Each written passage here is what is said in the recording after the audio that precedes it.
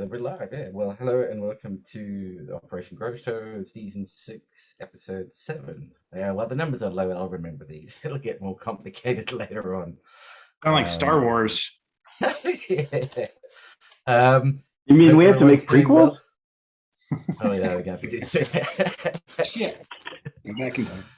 I hope everyone's well. Yeah, on that note, welcome to the show. And how's everybody doing? Lefty, how you doing, sir?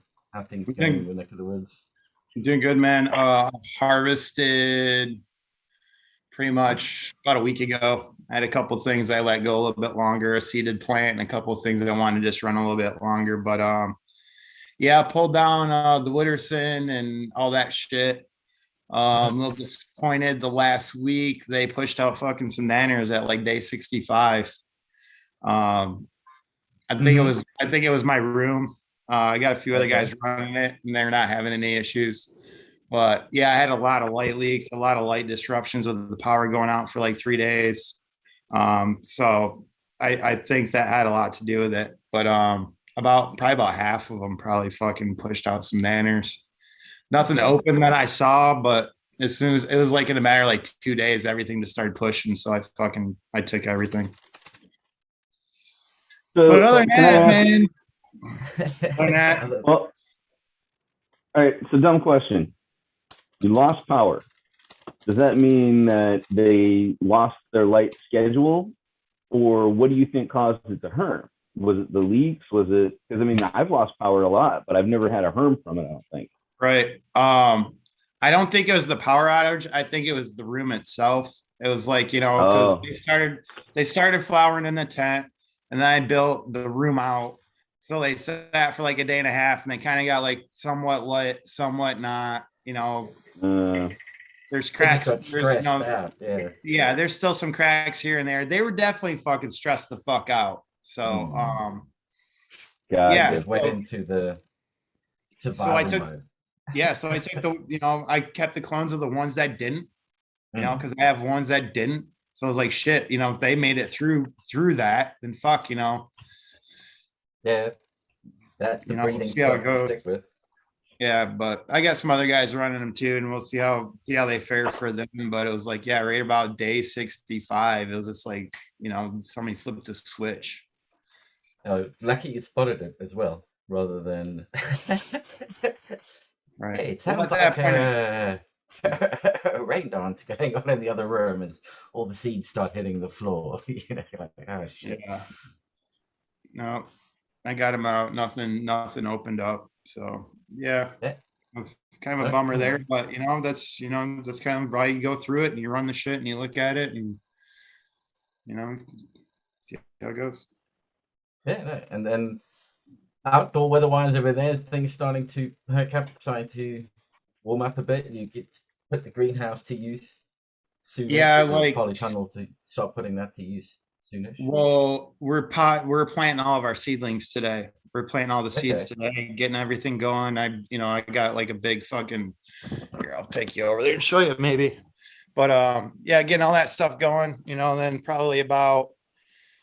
Depending on the weather, probably like late March, we'll probably throw everything outside early April if everything's cooperating. But yeah, I got some things going. Wrong button.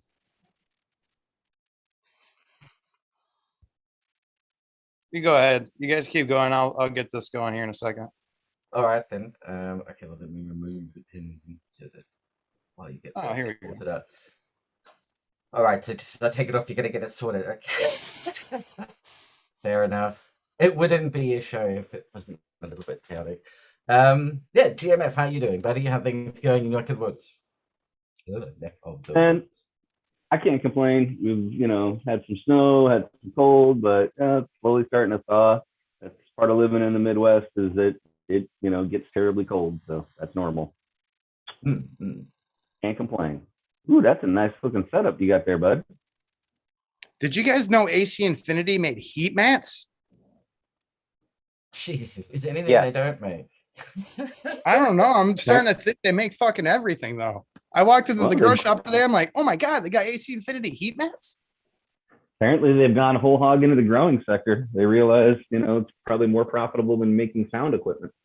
Yeah, I'm All actually they've going to be realized. picking up some heat mats and some of those little fans.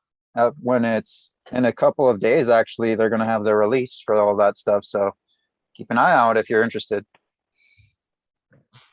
Or they also Oh, nice. realized that a good section of their customer base sits there going, okay, now whoa, you've got to listen to Dark Side of the Moon. We really baked between these two speakers in the system. They just figured out how to make the most out of both worlds.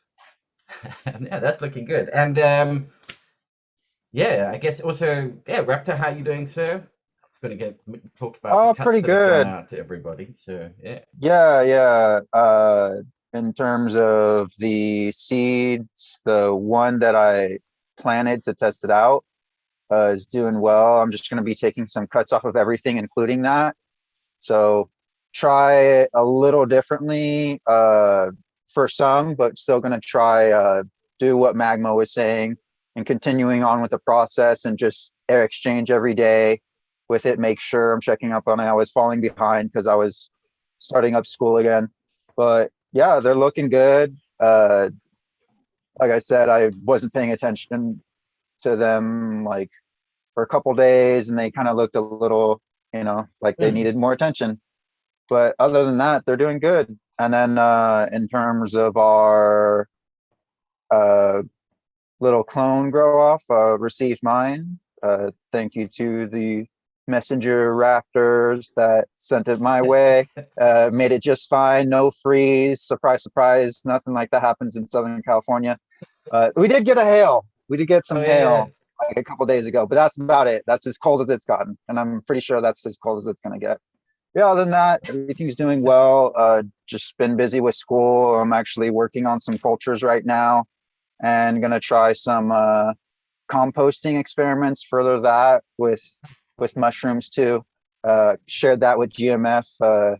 So once I have all that set up, I might just send out some cultures to some people that are interested in trying to do all that. So we'll see.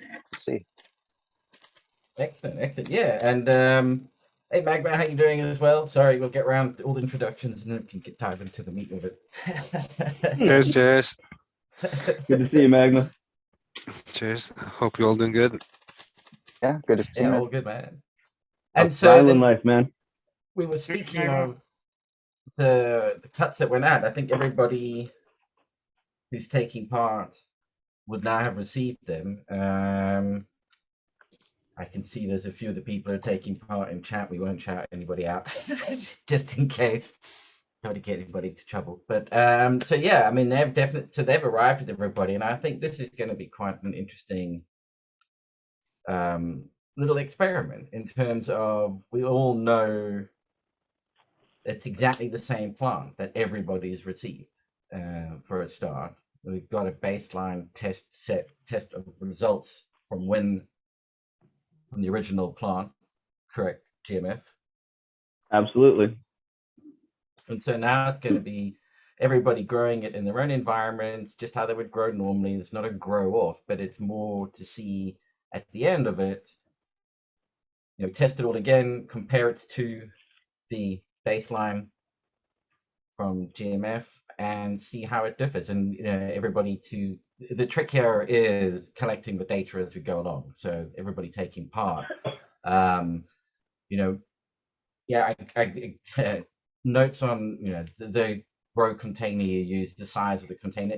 Make notes of those sorts of things. That doesn't change particularly often.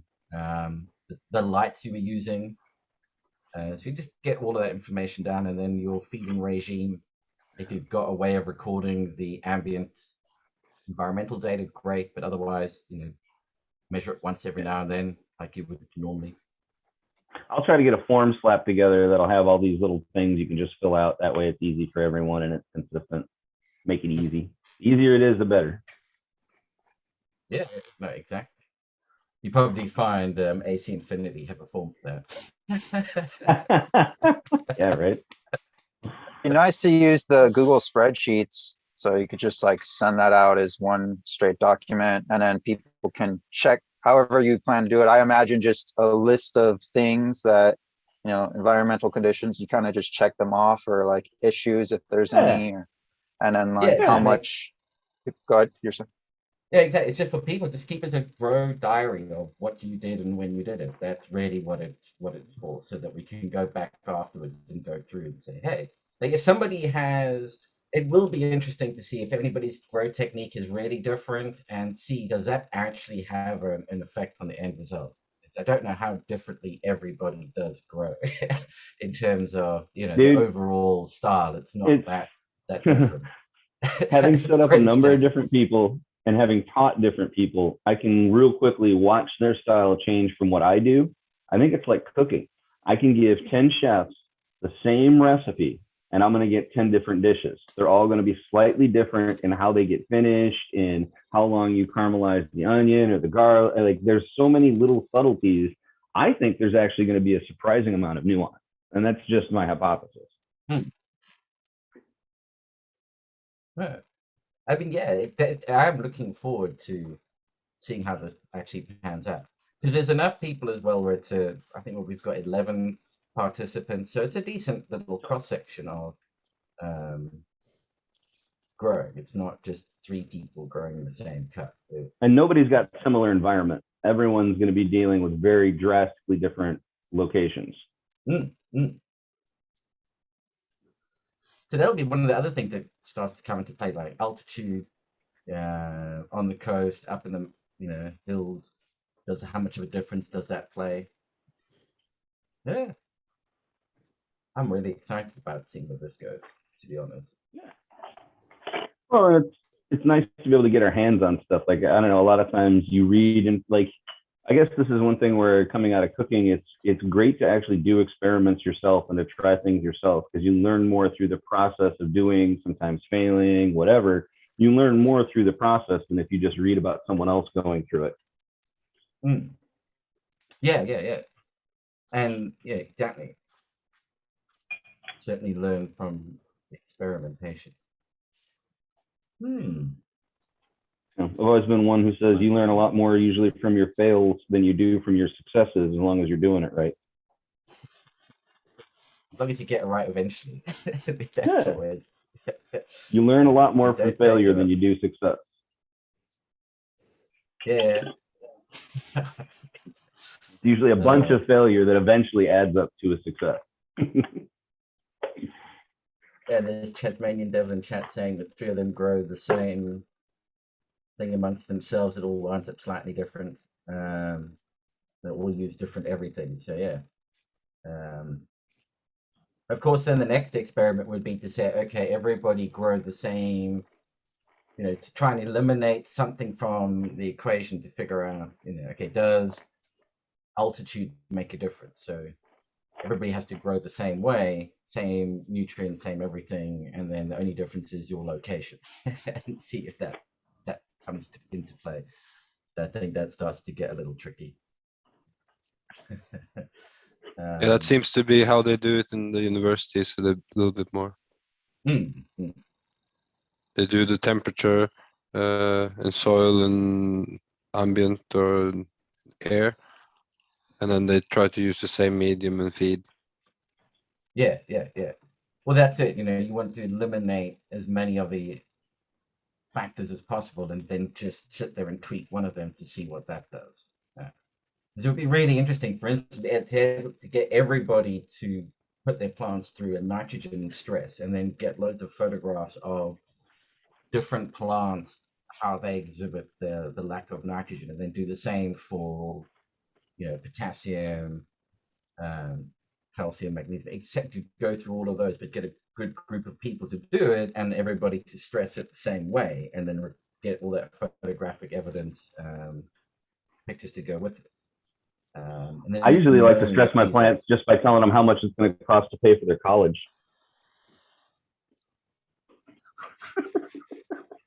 Tell them they don't have medical insurance. I'm their doctor. Tell them what's coming in 9 weeks' time, and there's nothing you can do about it. You're all Cut gonna. them out. Life is not necessarily pointless, but it's coming up. I've been pretty drinking quick. weed coffee all morning. I'm kind of silly. Fair enough. Fair enough. What are you busy packing there, Lefty? Oh, I don't know. I'm just playing with stuff. I'm breaking up. I'm gonna roll up a joint here, but I'm like, I don't know. I'm just playing with my grinder, looking at shit. Fucking, I don't know. Oh, Listen, listen, you yeah. know. Just looking down, playing with some stuff. You know, I play it myself all day long. typical Saturday. No, I'm not stoned. Not at all. Wow. You guys ever really looked at the back of your hand? Oh, as you talk about playing with the grinder, I watched it was on YouTube, one of these mudlarking, which is what they do along the River Thames, called mudlarking, when they go and dig in the mud looking for bits and pieces. And they come across a grinder from Amsterdam. They open it up, and I mean, it's been in the water for a while. They open it up, and it's got ground weed in it. Hey, that's clearly someone when the cops were coming, and that's going over the shoulder next to the Thames. The two guys who found it were both like, "Oh, I have no idea what that is. Oh, no. But I think we should wash it out before we take it anywhere." But yeah, it was quite funny. Imagine you could go to college campuses and just dredge all the water, every pond, everything on a college campus, and you just end up with tons and tons of old grinders and pipes. And it was at the end when they laid out all their findings, it was interesting because they said you can sort of see the evolution over time. Like you've got these clay pipes that were very popular during, I guess, the Victorian age. And then, it goes through, and then you suddenly get a vaporizer and then the grinder. And it's like, yep, there you go. You can see how things have progressed. Have a quick look through chat. Everybody's doing well there. So yeah, like that you are doing your weed coffee. Oh, yeah. What's everybody's thoughts on? I mean, how do people find, like tolerance breaks? That's a good one. Anybody done a tolerance break? What's considered a tolerance Asleep. break? Jail's considered a That count? tolerance break. Uh-huh. Been a long time. And then the question I then ask is, do you think, do you find that when you smoke now, you don't really get high? You just sort of, it's almost something you do. Do you know what I mean?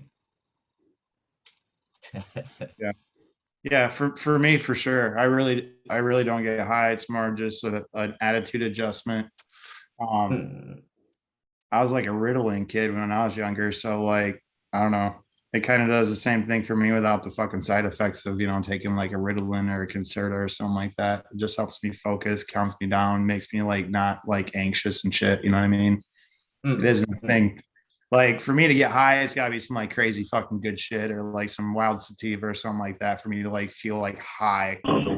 Take a big fat dab or something like that. But yeah, it's like typical smoking. It's more of like I just enjoy smoking more than anything. You know what I mean?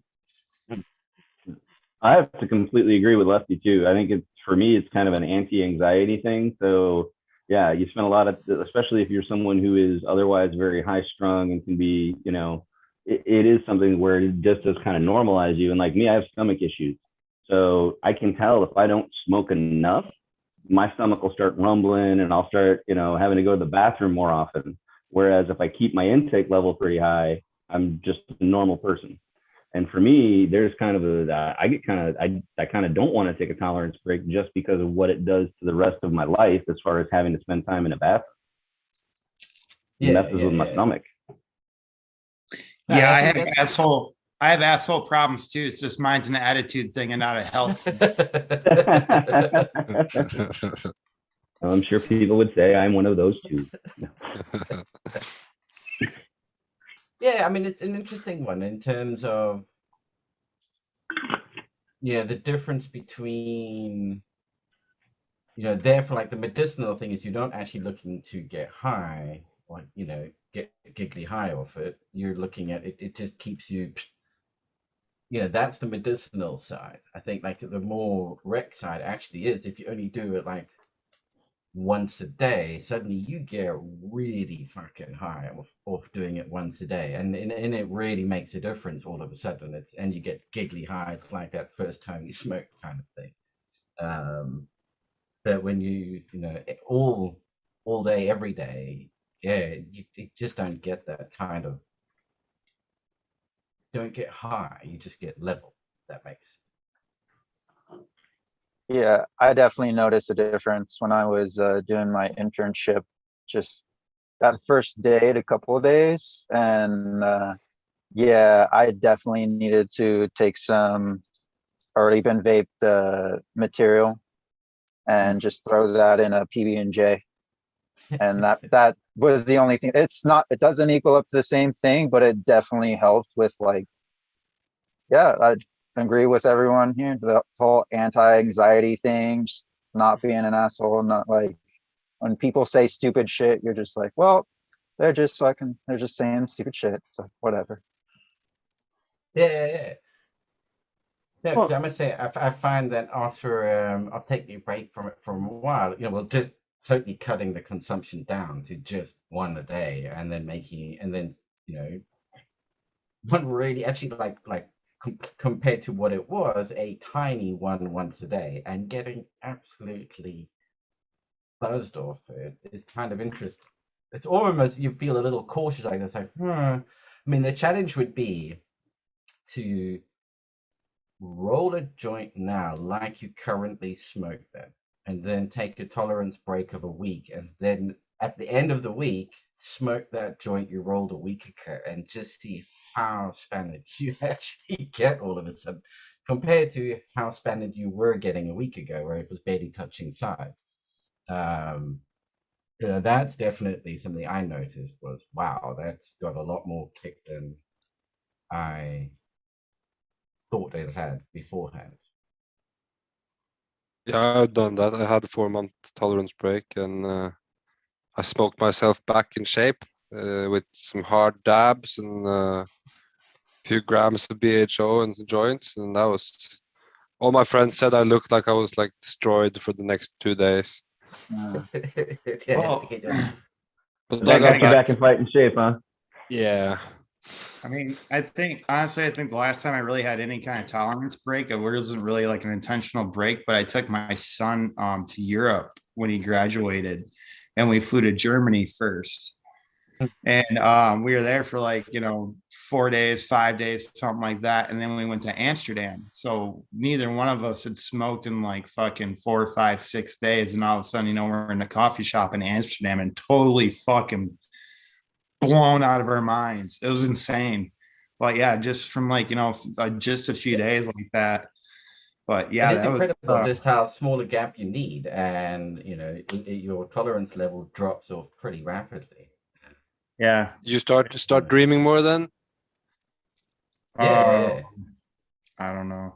That's what I I yeah. find first. If I don't smoke for like a week, that's what I notice. Like all the dreams start coming back. Stop I don't remembering that. They sleep. start getting really vivid. yeah, I won't sleep. You know, it's funny you say that because it's another reason. That's another thing I noticed. I have night terrors. So typically my sleep ends with me cold, shivering, usually scared, my heart's pounding. But if I smoke enough, I don't get night terrors. But otherwise, I'll wake up a lot of mornings having a nightmare to end my sleep. And do Fuck you that. remember that? Fuck that. No, not after a few seconds after waking up. No, I can't remember what it was about. Yeah, because that's what I was like remembering. It was like being just amazed, just having a dream was like, that was so crazy. yeah. Like it never happened before. Whoa, Yeah, that's what it definitely. feels like. Yeah. Mm. I'd rather not dream. I'm good without that. Yeah. Oh, I totally agree. It is one of those things that certainly that's the first sign of it flushing out the system is that the dreams start to get like, yeah, just that you remember them. I think is more to the point. It's basically like being like first becoming adult. Like all your dreams disappear. Right? Somehow. Just gone in the wind. Now, I was listening to Periodic Effects the other day, which is a cannabis podcast that focuses just on typically on science side of things. And they had Dr. I think his name's Kurt Vrana. He's from Pennsylvania, University of Pennsylvania. And he was talking about, which is something like just how it actually metabolizes. And I think that's what we're really discussing here without realizing it. We're talking the metabolic rate of it. And that depends on what other things is your body trying to metabolize. You know, typically when cannabis comes into the brain through the blood-brain barrier, it's very sticky to proteins, and it comes in drip by drip by drip. It doesn't actually flood in. And that's what a lot of these things like THCO and whatnot, they actually flood much faster, whereas THC in its natural format is very sticky to proteins. And so it gradually comes in and then it gradually metabolizes out. So yeah, that effect in and of itself, and that's kind of why they're looking at, okay, what enzymes are carrying out that process? Why is it faster for this person versus that person? And if we give this person a drug at the same time that uses the same enzyme, is it going to slow down its metabolization? Is it going to, lessen its efficacy? There's a lot we don't yet really understand about how it's getting in and out of our systems. I think it's really individual. Yeah, what do they call it? Is it the pineapple effect? Is that what it is? Where it's certain things that you can't, like certain medication. Is it pineapple? I mean, it's like, when you eat mangoes, it prolongs the high, but taking CBD can also counteract the effects of certain medications, and it interacts with them in the same way that if you look on quite a few medications, a whole group of them where I think it's pineapple. Yeah, are you talking about grapefruit? Grapefruit. Yeah, they interact with MAO inhibitors, which are a common class of the statin drugs, basically.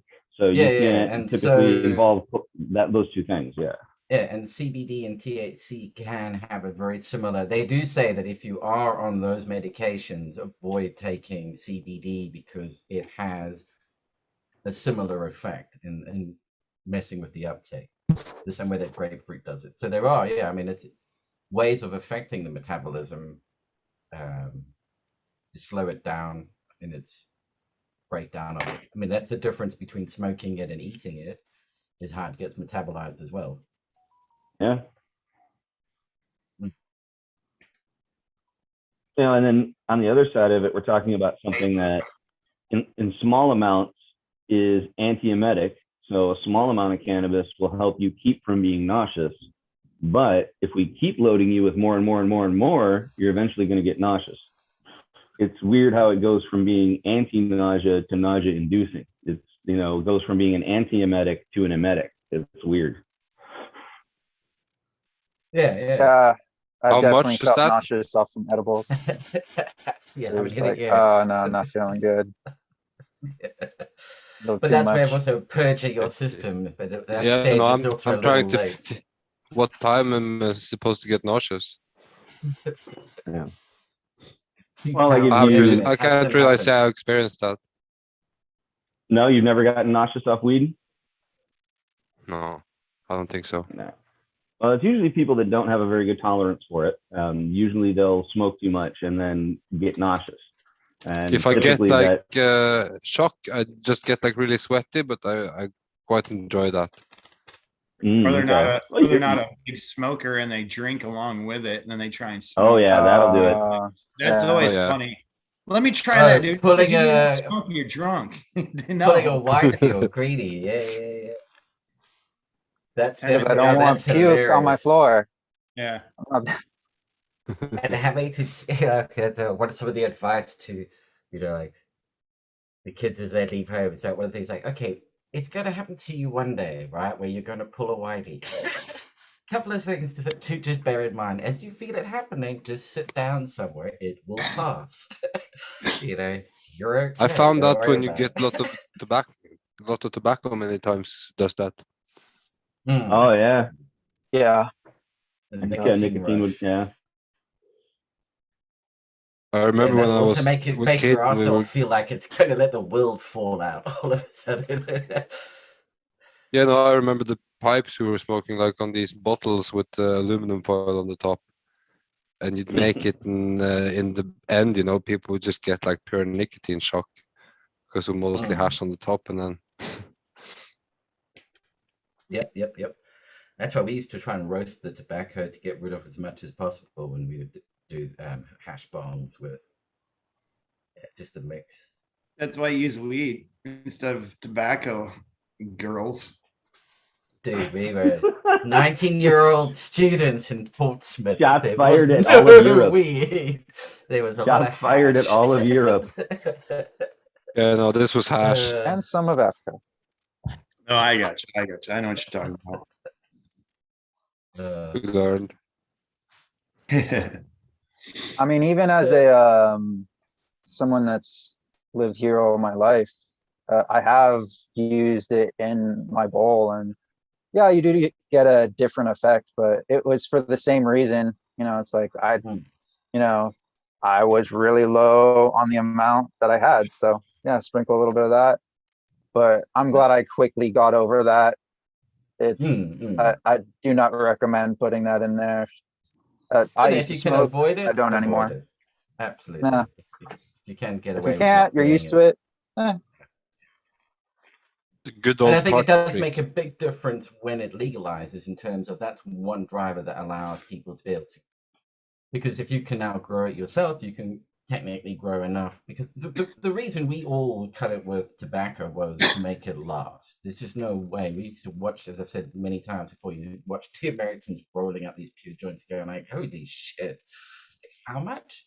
It's like burning $100 notes. It's like, no, man, no. It's not, it can't be done like that. So It was like us sitting in a coffee shop in Amsterdam, me and my son, I'm rolling up like a big ass, big old like 1.5 2 gram joint. It's got like a 0.5 gram of hash in it and shit.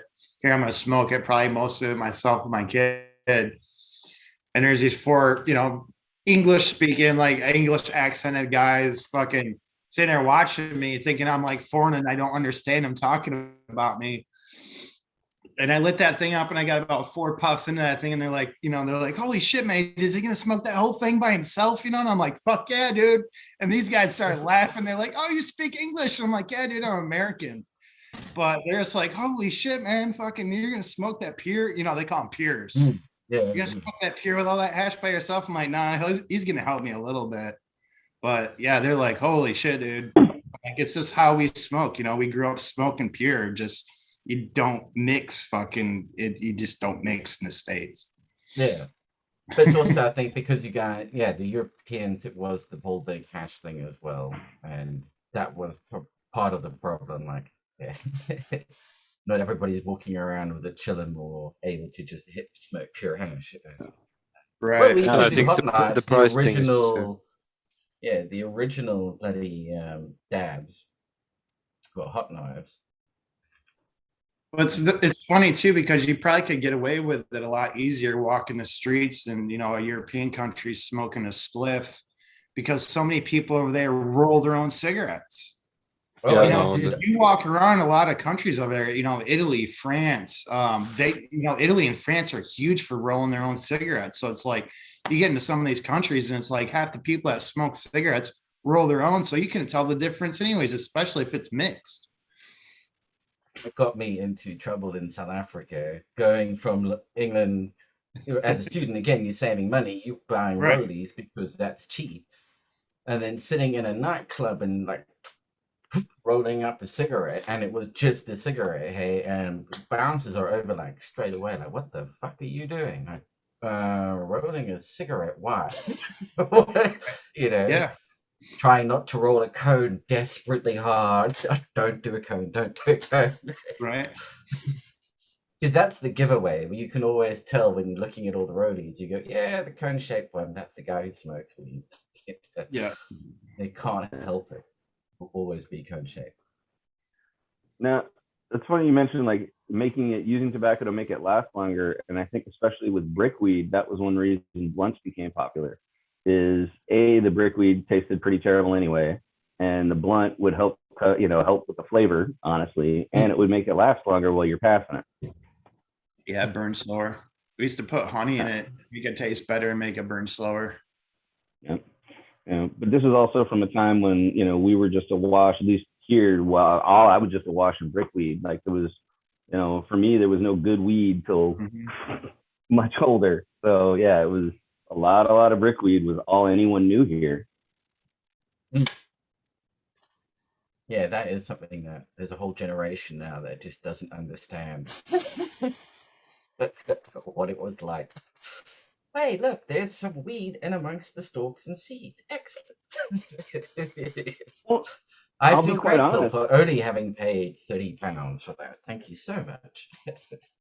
In the early days, you only ever saw things like that looked like buds in magazines. Like there was no, you would never ever get to see an actual bud live and in person. It would always be literally like you'd get a quarter pound that'd fit in your hand. That's how compressed it would be. 4 ounces in the palm of your hand. Yeah, but it worked, you know. Yeah. It might be half seeds, but whatever. Well, again, that's how we used to always know it was weed, is because there was seeds in it, and then you could tell. Otherwise, you'd be a little suspicious, like, what the fuck is this? I don't trust you. We have come so far in the last 25 years. It's crazy.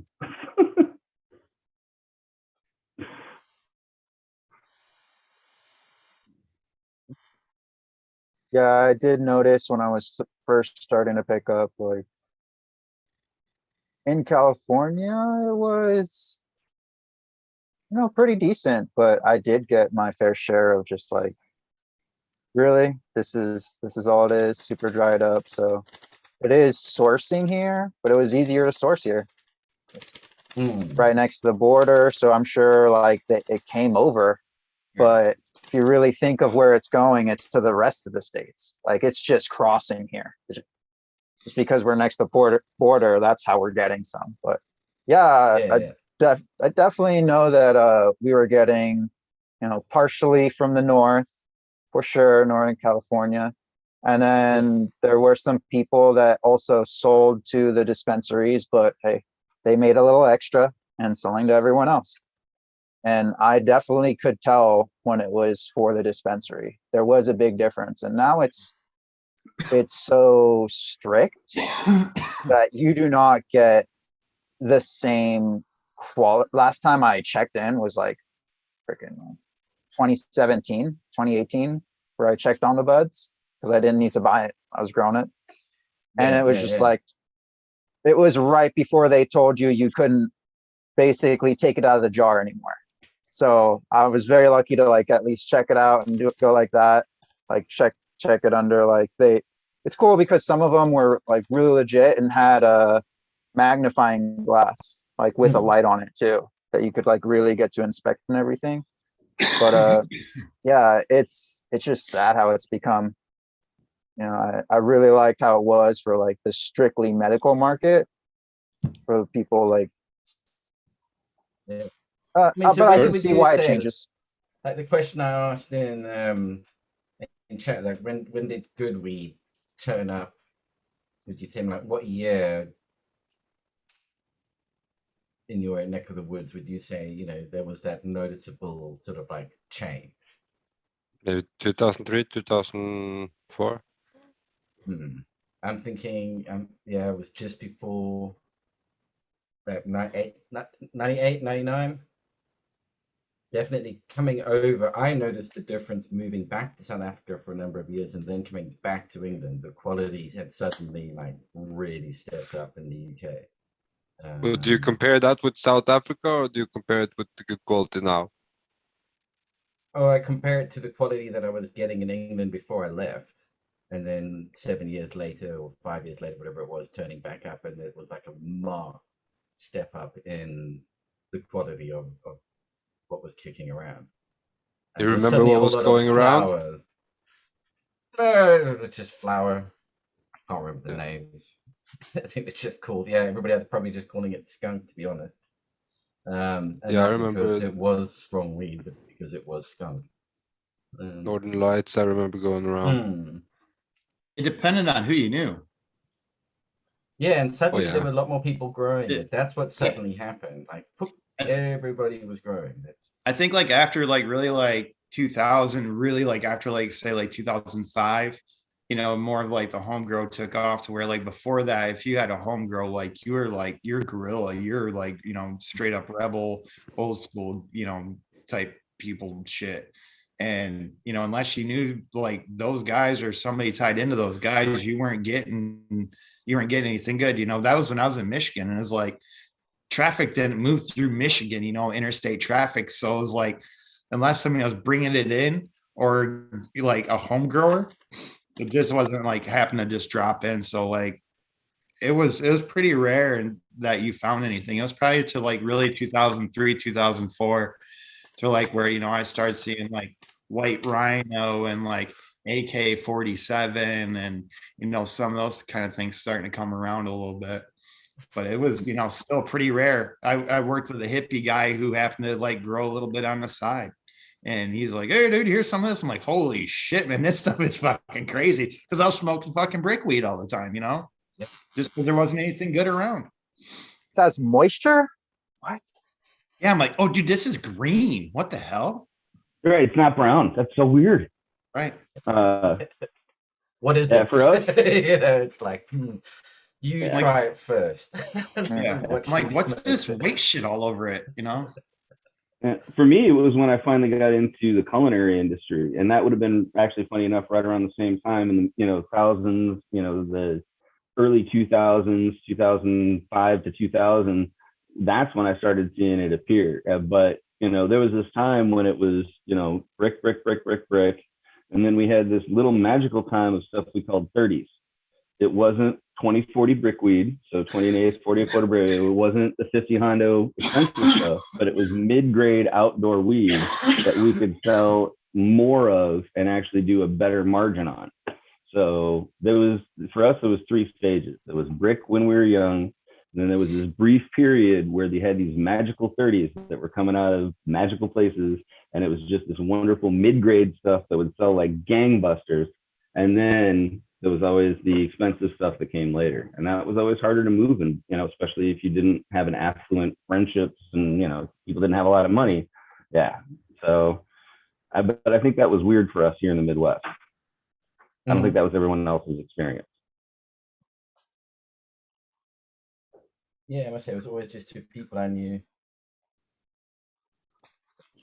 Yeah, I think like through my high school years, I only came across like, some really good weed a few times. And it was like the old, what they call roadkill skunk. I had that probably 2-3 times, few bags of that. Some called bubblegum hydro. And then some called, the dude called it skunk blueberry nug.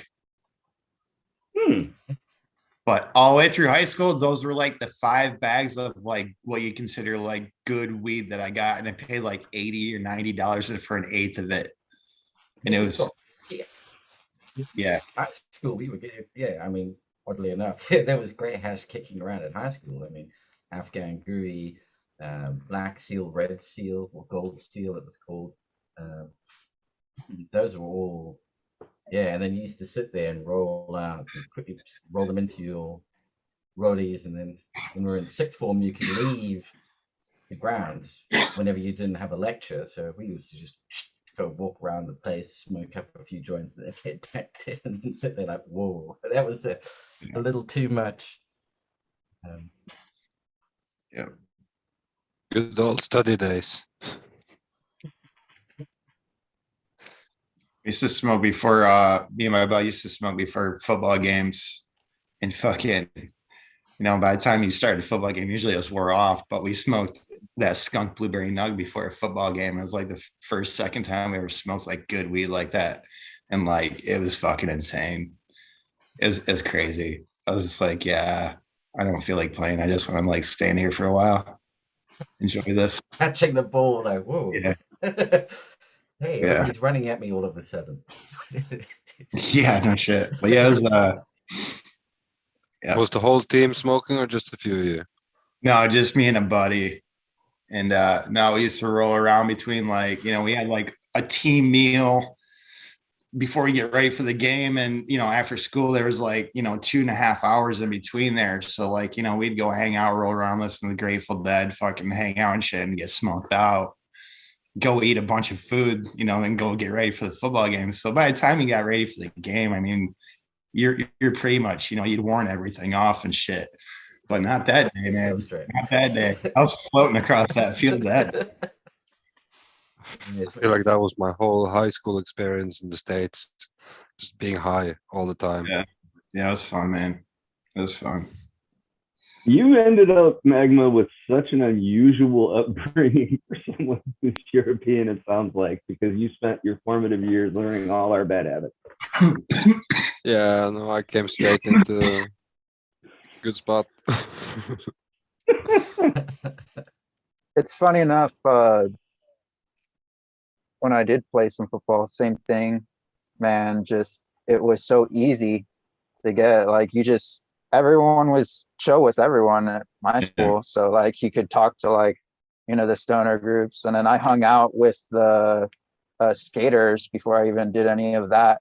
So I was already with all the people that their older brothers or whatever, their sister was dating someone that knew someone. So yeah, it was pretty easy to get. And I know Magma, when you came here, you were exposed to skating culture here. So I'm sure that was your gateway. Texas was really nice, but actually when I came in Virginia, I wasn't allowed to skate anywhere where I was living. So I didn't skate in Virginia at all. Really? Yeah. That's crazy. I know like Virginia Beach was huge, dude. Like early mid 90s, fucking Virginia Beach was huge. Actually, a friend of mine owned a skate shop in Virginia Beach. Oh yeah, no, I was close to West Virginia and Shenandoah. Oh yeah, you lived over on the other side of the mountain, man. That's different story that way, dude. Yeah, no, you couldn't even take it on the street. They arrest you.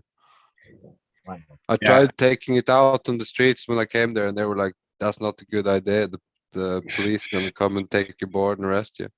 Yeah. Jesus. That's crazy, man. Yeah, so I didn't pursue that. Man, you're in the Shenandoah Valley over there, brother. Different story. Yeah, they all go to the church and get high. They had some really good cookouts though in church. That was like I was probably better than any restaurants they had over there, because they had all like the grannies. All the grannies showing off on Sunday. Yeah, and they were like, "Hey, how are you?" Asking you your name and stuff, and you're like, "I don't know any of these people, just super baked." And then there was like so much food I'd never seen in my life, like Thanksgiving times 10. Yeah. Every Sunday. So yeah, we do cannabis and food. Okay, over here. Yeah, that was really good. Magma. I didn't know you. I didn't know you lived in Virginia, dude. Yeah, no, that was a sweet spot. Well, if you want to catch up on it, Lefty, we had an episode where we interviewed him and he got into it. No, I must have missed that one. That's just easy. You were there. Obviously, Lefty had been smoking one of his I'm just teasing you. We're all really high. Time. Dude, I've been putting in work, man. Did you see how these temple balls are made lately? No, I'm impressed. Haven't been. Wow, nice. So yeah. Fucking temple soon. I'm working my way there. I have a fucking pile of just powder now. I need to work it. Right on. It's ever growing. I might have to head that way in April, May time. Cool. Perfect time of year, man. It's beautiful. When the weather's improved, I don't want to do it in the freezing wet cold again. And I've done that twice. Now I'm going to do it in the summer. Well, not the height of summer. Is that spring? Do they still keep the school closed if it's snowing? Oh yeah, they do. That's nice. They call for snow here, like more than a couple inches. They cancel everything like the day before. Not only school, but like businesses and shit will shut down. Yeah, no, they don't have winter tires, right? They don't have shit. We didn't even have snow plows half the time. Yeah, no, I remember that. That was crazy. Yeah. You got it. We got like 3-4 cool. maybe in the county. Yeah, it sounds like the UK. Yeah, you shut school down if it's snowing? Oh, dude, it's horrendous. You'll be standing on the train station in the morning, freezing your ass off, and then suddenly, like, everybody will hold their breath as they watch the one snowflake kind of flip, flip, flip, and the second it hits the track, ding, dong, dong, due to snow on the tracks, all travel is cancelled. Chaos. What? I'm That's crazy. over exaggerating, but it's like that, man. As soon as there's a light dusting of snow, it all just turns to shit. Yeah, it's not like that in Scandinavia at all. You can pull yourself through the snow and get where you're supposed to go. Yeah, no. I know we did quite well in this last little storm that came through. Actually, we haven't done too badly at all. Don't know if anybody watched that, saw those planes coming into land at Heathrow. Oh, that's very nice. Nice. Very nice indeed. Yeah, my arms were sore as hell for about 2 days from pressing all that shit. Damn, Lefty, you got some impressive balls. I know, man. Big old black ones. Dude, they're big. They look mean. I wouldn't mess Shiny with them. too. Yeah. Freshly polished. Freshly polished, man. Rubbed to the extreme. And you got it quite cold, don't you? Right now. Or is right it cold now? outside now? No. Today it's like, I don't know, probably like mid to upper 40s Fahrenheit. And I saw this really cool dry sift technique where they do the like static tech in these metal bowls and kind of stir it around. Yeah, I washed all that outdoors when it was cold, and then I just bring it in and air dry it. Like I freeze it overnight, break it up, air dry it, sift it again, air dry it, press it. It's usually about, I don't know, 5 to 7 days. Dude, props for the amount of work you go to. And are you pulling the water out with that funnel thing and vac? No, I'm just air drying it. Ice pizza box it. Yeah, Shango Lowe's put a video out today. Okay, yeah, Pete was talking about that. Oh, with the bucket flask and the vacuum. Yeah. Yeah, so that's worth checking out because he showed that you could do like I think he said 3 minutes. He was running the vac pump, and that's how long he used to pull most of the water out. And then it turned into like a wet sand instead of like a mud. I gotcha. And then it seemed really, really good to set up. I think he said the pump was like 70 and 70 for the bottle and the top. Worth it. Yeah. I mean, if you're doing a lot of work, it's saving you. And those Bacna flasks get big. I mean, they get up to you know, like a liter capacity that you can stick into. That's what 1,000 ml. I mean, that's quite a chunky. Yeah, he had like 1,000 mil with the 500 mil on top that he would fill up. The guy on the show, and he said he cut 2 days out doing it, just drying. Oh, I bet. Yeah, and that's just using a Buckner funnel to create a vacuum and wick out moisture. Well, yeah, just to pull it out. Yeah. Vacuum pump it out. And you don't even have to have the vacuum pump. You can just use a brake line pump, you know, for bleeding brakes. For bleeding brakes, same thing. It just needs to create enough of a vacuum just to pull the moisture. That's all. It also works really well if you're making quick wash ISO hash and things like that. You can even create the vacuum with water if you pull water on the tube. Yeah. You create a siphon. So this is just, I'm assuming, going through like straight up coffee filter or something to act as a barrier, right? That's it. But you get different. You get little pads that you can put in. Then they have different micron gauges on those as well. So you can get like a 2 micron filter.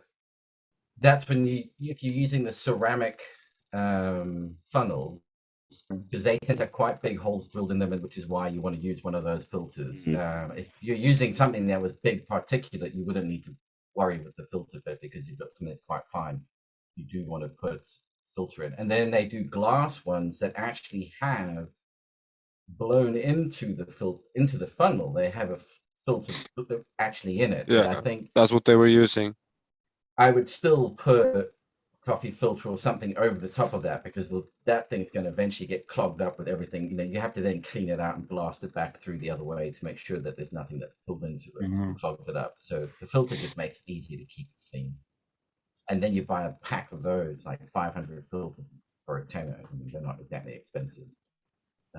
You're mainly spending the money on the glassware. Yeah, lab grade glass is not cheap, because you could be doing very volatile things in there.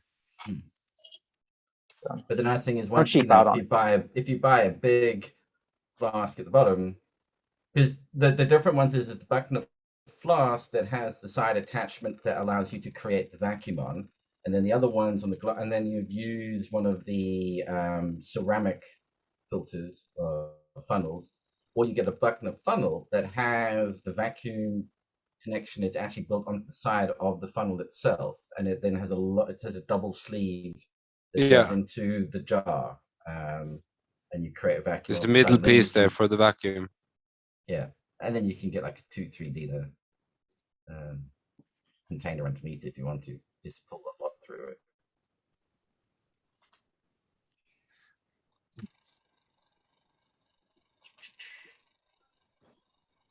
Sorry, I'm just having a quick look through chat there. See, Jada's talking about microplane. Use with microplane, but now just use dry sift. So easy. I think that hash temple ball that you're making left is like really what all those overproduced states should start doing, and start to get like a different aging on them. That would be really nice. I agree. So that high dollar to like connoisseurs.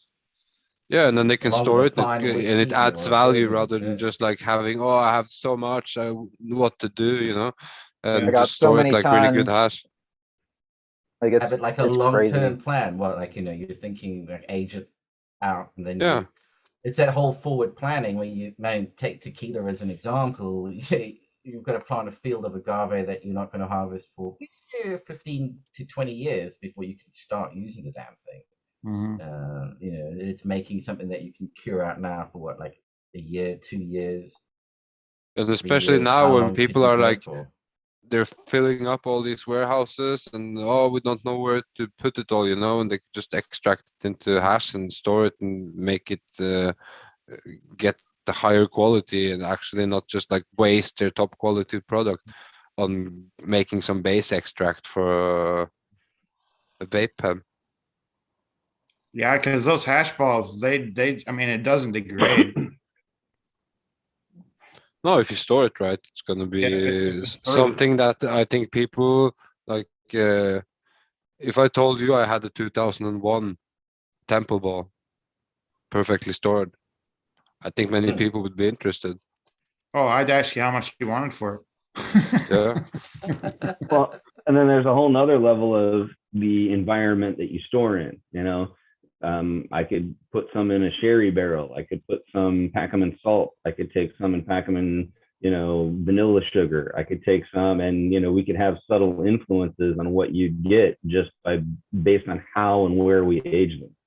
So, and that would add even more value. Right. Wrapping it in its own leaves, even. Yeah. Yeah, because eventually in 15 years, when people will start buying these aged hashes and stuff like that, if it was stored in a special way, and that way turned out to be way better. Well, in 15 years, in 15 years, we're going to be, you know, in 15 years, you know, more than likely, we're going to have some sort of a, you know, federally legal market probably. And, you know, you're going to have those differences. You're going to have, you know, at that point, we're going to have these big, huge corporate outfits where you're going to have like the Marlboros of cannabis. So you're going to have like the Walmart weed, then you're going to have like that high end connoisseur market where they're going to want like the aged flavored temple balls, or, you know, like these crazy Nepalese hand-picked fucking buds that have been, you know, freeze frozen and flown here overnight for, you know, assholes to smoke, you know, and it's going to be that way. So I mean, it's You're just gonna have the $45,000 temple balls, you know, the 25-year-old aged in a cave. Well, And just in for the the cave. taste, you know, yeah, Yeah. just because you just to can. kind of taste it. Mm. Yeah. Yeah, people have Where the it's money for and they show, can. and it'll never actually get smoked. It'll just be for show. It'll be one of those. It's like one of those old bottles of whiskey. You know, yeah, who's drinking a $45,000 bottle of whiskey or £45,000 bottle of Mhm. whiskey? Yeah, some guy eventually. Yeah, true. Me, if I ever can afford one, that's for sure. But yeah, it's just it's gonna get that way though. I mean, you see it starting to come around a little bit now. And once the cannabis club scene opens, you know, eventually all these things are gonna happen because the money is just gonna dictate everything, and things are gonna come around. So you're gonna have like cannabis clubs and shit, and you're gonna have these high end connoisseur clubs where, you know, everybody's smoking, you know, caviar and diamonds and all these these crazy things that are catered to that crowd of people. Yeah, yeah. You'll go in for a taste of, you know, platter, and it'll have all these, yeah, the 9 course or 12 course taster plate that you can go through. It'd be like going to a really cool, real nice high end brewery. You know what I mean? The nice tasting room, and you know they sit down, and they bring you food and sampling the whole flight, and it's just You're making me salivate, dude. Yeah. Yeah, and Well, then you can imagine those farms that don't have those licenses now, when they pulled out some aged stuff, it's gonna be like something really special, not just like, yeah. oh man, we got all this excess cannabis, what are we gonna do? We can't sell this year. They come over and they go, just a couple of like scrapings, like Because they're using that, you know, to pressure the market into letting people sell their farms because they didn't plan for that kind of strategy. And they're like pushing the market prices really down. And if people start doing that aging, then it's like, it's going to be harder. Yeah. Well, remove a whole lot of product from the immediate market. Yeah. Yep. There you go. You know, just take a lot of that product off the market now, and you know, turn it into temple balls, turn it into things that, you know, can age. Right. And what we're talking about here, starve it. Starve the market, bring the prices back up on shit, you know. Well, and these are all what we call value added products, and that's what makes most of the food industry is value added products. I mean, if you think about it, every cheese we have is just milk, but it has to go through some real hand processing to actually, usually if it's good cheese, to get where it needs to go, microbially speaking. So like earlier, you guys saw I was infusing milk to make cannabis coffee. Well, there's no reason we couldn't take that milk, and instead of scalding it to get out the decarboxylated THC, we could scald it and make cheese out of it. You know, that's where the real value added products are going to go, because right now, like restaurants and stuff can pop up and say, oh yeah, we infused this, we infused that. And that's great. That's a good baby step. But just because you put distillate in something as a chef, like, you know, I've spent too long as a chef to be impressed by you put distillate in it. Show me you actually know how to work with it and do something with it. You know, extract it into dairy, now make it into a ricotta, or make it into, you know, like actually present me the flavors in some way that it's going to complement everything that it's doing. And I'm going to taste this plant and go, yeah, that added something to the dish, and wow, that felt awesome afterwards. So I think that's going to be the future, is making those kind of value added products. And like I'm talking about making beer, you know, that kind of stuff. And you'll have I mean, across the board, then you'll still have that higher end value add product, and you'll have the entry level product. You know, and the two markets Budweiser, can then exist, Marlboro. because the high end value add market is using 10 pounds of product to make 1 pound of final product. So it's a huge consumer of the raw material that it needs, in other words, to produce what it's producing, which allows for, I think the big mistake that's happened is people overestimated the size of the market. They thought like everybody's going to be buying weed, and everybody isn't buying weed. Just because it's legal doesn't mean that suddenly everybody's smoking it. You know, if people wanted to smoke it, they would smoke it anyway. So the market is, and that's what's caught a lot of them out. Now, if you can use up a huge portion of it in, you know, like the physical commodity can be consumed at a 10-to-1 ratio, that still allows for enough of it to satisfy the flower consumer market, the ones at the rest of the community that's consuming the product. Because yeah, that's the big problem. How you get through tons of this shit, you have to turn it into something else, and that's where the real value suddenly steps in. Well, and this is why I've been playing around trying to make an acetobacter that eats cannabis juice, trying to figure out other ways to ingest it other than smoking it all the time. Which I'm not against. Don't get me wrong. Not saying anything wrong with it. But yeah, and I'm like just full plant usage as well. That's the and then the cool thing is that kicks off a whole lot of innovation. Like people come up with machines that can actually hand rubber plants to be able to produce the temple balls. You know what I mean? It's all of those. Or the actual pressing of the hash once it's dry. I was just thinking about that, and you use like a heated like roller, just go from one thing to the other and just keep getting rolled and rolled and rolled with that heat. Well, better yet, let's just take a combine and put heated rollers on it, and if it goes through the field, instead of combining it, you can just go through the rollers, and then your oil and water can separate off one side, and your biomass the other. The John Deere rosin press. There you go. Do a whole field at once. Do it like olive oil in Italy, where you just roll a big fucking stone around and get it all out. Right. That's gonna eventually we'll start. When New Holland Case and John Deere start getting involved, that's gonna be the scale we're talking.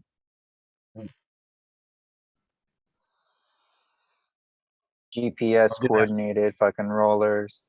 Yeah. They'll do it with herd. They'll be doing that with herd hemp, just going through fields, extracting that oil off the plant and seeds off the plant as it goes, and taking the fibrous stuff and combining it and throwing it in a wagon behind them. Yep. Replanting the field as it goes. That'd be slick, wouldn't it? Holy with shit. The seeds that it's harvesting. That it just harvested. Yeah. That'd be slick as shit. All ready for next year. They'll come, man. They'll come. Exactly, man. Exactly. That herd's gonna take off here before too long. It's starting to pick up. They're starting to get like more manufacturing plants, processing plants and stuff like that up and running. What's funny is they're going back to like all these old plans from like World War II, when they were making hemp for the war effort and all that kind of shit, and using all these old plans and just kind of like giving them updates, but they're like remaking the shit. Yeah. Because that was the thing about hemp. They talk about it being a very what's the word I'm looking for? It's got a lot of uses, and you can use but the processing of it is different, and it certainly requires all this retooling, which is the expensive exercise, is to retool for processing a different kind of fiber. But once you retooled and got enough to make it worthwhile, because again, that's the problem that they've had in the US, is these cannabis farms can't send the stalks and stems off to be used as in fiber. It has to be destroyed. Whereas if they had a secondary market where they could sell that on to even add a penny on the pound, or 10 pounds, whatever, at least it's something, rather than having to burn it. Right on. That would be interesting. Silly question, Lefty. Can I bother you, since it's kind of a change of topic, but I got a question for you. Okay. Cup? Yes? No? Yeah. Fire. Yeah, dude, I'm here. Fire. All right. How did the cup go? Can you tell us about it? Is it still on? Weren't you in Santa Clean? You guys getting together for a little cup dealie? Oh yeah, it's in April, but it's just more like it's more like a just private sesh kind of thing, hang out. Okay. It's not like that kind of a cup. No, this isn't okay. It's an invite only. Gotcha. Yeah, it's more like an invite only kind of a deal. Gotcha. Okay. Yeah, but no, that's in April. But no, that's a different deal. Okay. All right. So second question, are you planning to run this cut are you going to run the cut that everyone else is running? Are you going to run it outdoors, indoors, or both? Both. That'll be neat. Yeah. So hopefully by the time planting season comes around for outdoors, that thing's shaped up and, you know, at a good veg stage to be good to go outdoors. So yeah, I'm hoping to do both, you know, get a good look at both, you know, give me a completely different phenotypical variation, I bet. Totally different. Yeah, and that would be interesting to see that right then. I mean, I would say again to anybody else who's taking part, who's watching or involved, if you are able to, because they were pretty well established cuts that went out, I must say. And then if you could take a cut from that and grow one outdoors, that would be really interesting to be able to see the difference between an indoor grow where you're doing it and at the outdoor. And again, it just adds to the extra bit of data. And again, we all know it's the same plant, and that's the bit that's important here. It's the same genetics the whole way through. And it's not a grow off. It's not like who can grow the best. This is really an exercise in what difference does different environment have. We talk about phenotype being genotype plus environment. Well, here we go. This would be a great way of seeing that in play.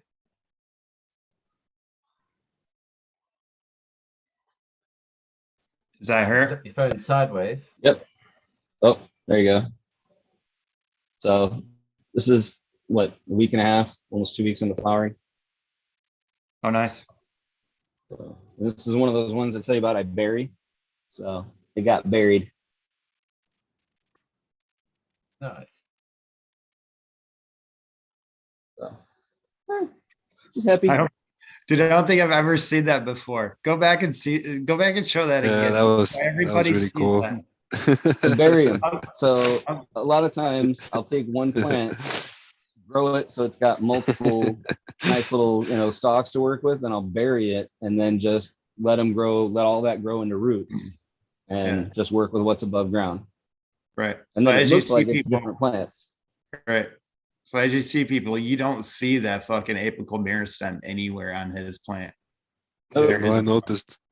I was there is a thinking, bit. are those roses? Yeah. He showed that. I'm like, Bamboo holy shoots. shit. I was like, that took a They grow second weird to ways. sink in. I do weird things. What can I say? I enjoy it. Yeah, no, that's it's it. That That's cool. lays down more root mass as well. All of a sudden. Yeah. No, that was cool, man. I never seen that before. That's fucking cool. Yeah, I it's do a lot of mounding, right? experimenting. And when Nice you to pull give them that a out, go. there's roots from everything underneath the soil. Oh yeah. That's oh yeah. That'll just be like a big root knot underneath there. Yep. Yeah, Um, That's cool. a good trick. Well, it on takes that a while note, though. You got to invest time in Yeah. it. Yeah. But it also, they all get their own extra And do you supply as put well. soil underneath the pot when you replant them, or you just put soil on top? Usually a little underneath, and then some on top. Yeah, so mostly on top. Yeah, probably. Yeah. Yeah, that's really funny. I've never seen that. I mean, it works. You just got to be real gentle with it, and the younger you do it, the easier it is for it to turn into root mass. Yeah.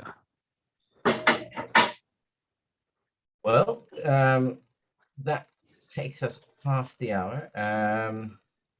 So yeah, I think we're going to wrap it up. If anybody wants to jump in to the after show, more than welcome to. I'll post the link in the section of chat. But yeah, where can everybody find everybody? Magma, where can everybody find you, sir? They can find me on Instagram, Magma Seeds, and here on Saturdays. That's it. And Raptor, where can everybody find you, sir? You could find me Raptor Grow or one word, YouTube, Instagram. Let me know if you have any questions. Excellent. Lefty, sir, where can everybody find you, buddy? You can find me at Lefty's Farm on Instagram and Cannabis. Excellent. GMF? You can find me here or in the neighborhood on Mondays, or on IG, Genetic Memory Farm, same name. Holler if I can be helpful. Excellent. And you can find me at PL Grow Systems or at Operation Grow 2019 on Instagram. And do follow along for how the growth is going to go. We'll be in chat. I mean, anybody in chat who's watching, who is part of the grow, we will be in contact. We'll send some stuff out, get everybody together, and go from there. But yeah, hope everybody's doing well. Feel free to join us for the after show if you want to. We'll still be going on for a little bit, and we'll see you all in 2 weeks' time because we're just going to keep this to fortnightly. I think that's better option. Also makes results a little bit more interesting because things move on a bit quicker every 2 weeks. So yeah,